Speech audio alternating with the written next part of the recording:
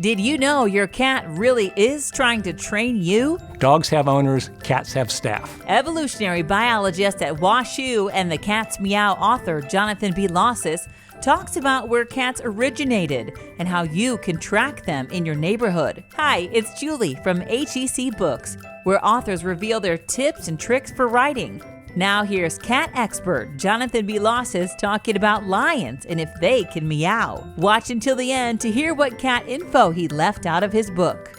Do lions have a meow that they do? No, they do not. The bigger cats have different vocal cord structures, and they do not meow. Of course, they roar and they have other ways of communicating, but they do not meow. But the cheetah. No, cheetahs purr. I don't think they meow. They chirp. They make a funny. Oh, really? I mean, it sounds like a bird. Cute. But the mountain lion, which actually can get to 70, 80 pounds, even bigger, the mountain lion is essentially a little cat just that got big. And like a lion has a really big head for its body size, a mountain lion has a smaller head. It's really just a cat that got bigger. They purr. Mountain lions purr. I don't ever want to hear that ever. Well, I mean, too close to a mountain lion. Good point. Good point. Unless I'm at the St. Louis Zoo. There you go. Exactly. Why does a cat leave a dead mouse at your feet? Well, what is that all about? That, is it really a gift? There are a number of questions like that. The real answer is we don't know. I mean, but people have all these ideas that might. Well, my favorite idea is that the cat realizes that you are an inept hunter. And just like with their own kittens, they want to train you to be a good hunter by giving you something to hone your skills on. Oh. Is that my cat's trying to train me? Do I have a cat? Well, they train you in many ways. They probably do. Do you know the expression? Well, you read it in the book. Dogs have owners, cats have staff. Yes, Yeah, yes. so, that is true then. Yeah, absolutely.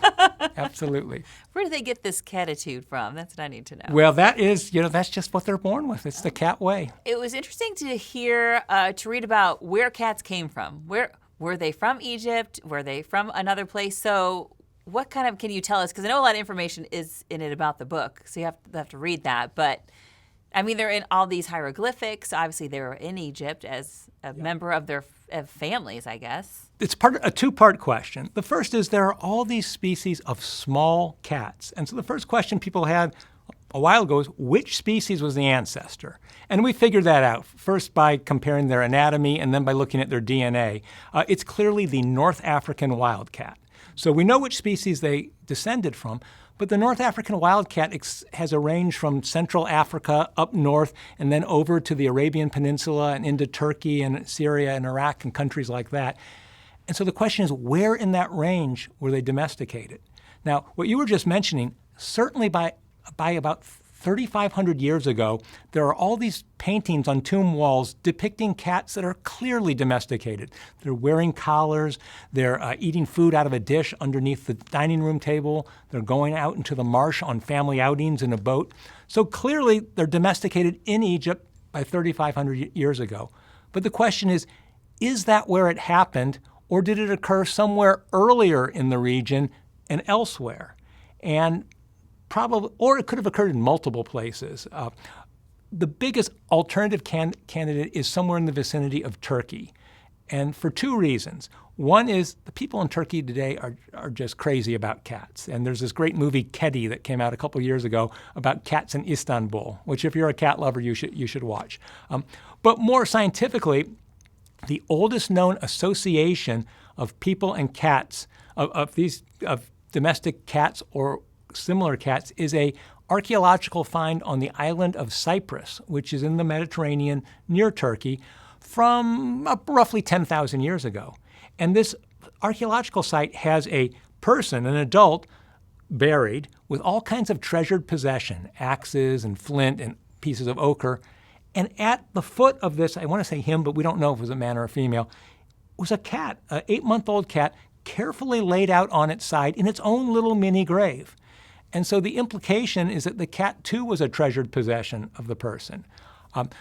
In addition, wildcats, the African wildcat, is not native to Cyprus, so it must have been brought there by people. And so that and the fact that the cat was so carefully buried suggested that this was a domesticated cat 10,000 years ago. Now, there is another explanation, and that is that it was just an African wildcat that had been tamed, that you raise. You mentioned mountain lions. If you got a mountain lion cub and you raised it and were very nice to it, it would be pretty tame. But that's not the same as being a domesticated animal. A tame animal is biologically, genetically, the same as its wild relatives. It's just been raised nicely. A domesticated animal has actually evolved. It's changed genetically as part of the domestication process. And so that's the big question. Did that start 10,000 years ago in Cyprus or somewhere in Turkey? Or was it not until 3,500 years ago in Egypt? So we have, it's somewhere in there that domestication occurred, and we really don't know at this point. There's some great research going on where people are getting DNA out of skeletons like that one in archaeological remains, or out of Egyptian cat mummies. And their goal is to try to find the genetic changes that occurred in domestication that would actually pinpoint, oh, yes, here's one from Jordan 6,000 years ago, and it's got the domestication genes, or maybe it doesn't. But we don't know yet. Another chapter that I found really interesting was when you were talking about feline infidelity and how your cat might have another family somewhere. Yes. That they go visit and they hang out with, and that I was laughing out loud whenever you were talking about that. But it's, this is another kind of research that people can actually do in their own home is National Geographic Society, as well as some Australian researchers, made little cameras to put on the collar of cats. And so the cat's walking around and you're getting the cat's eye view.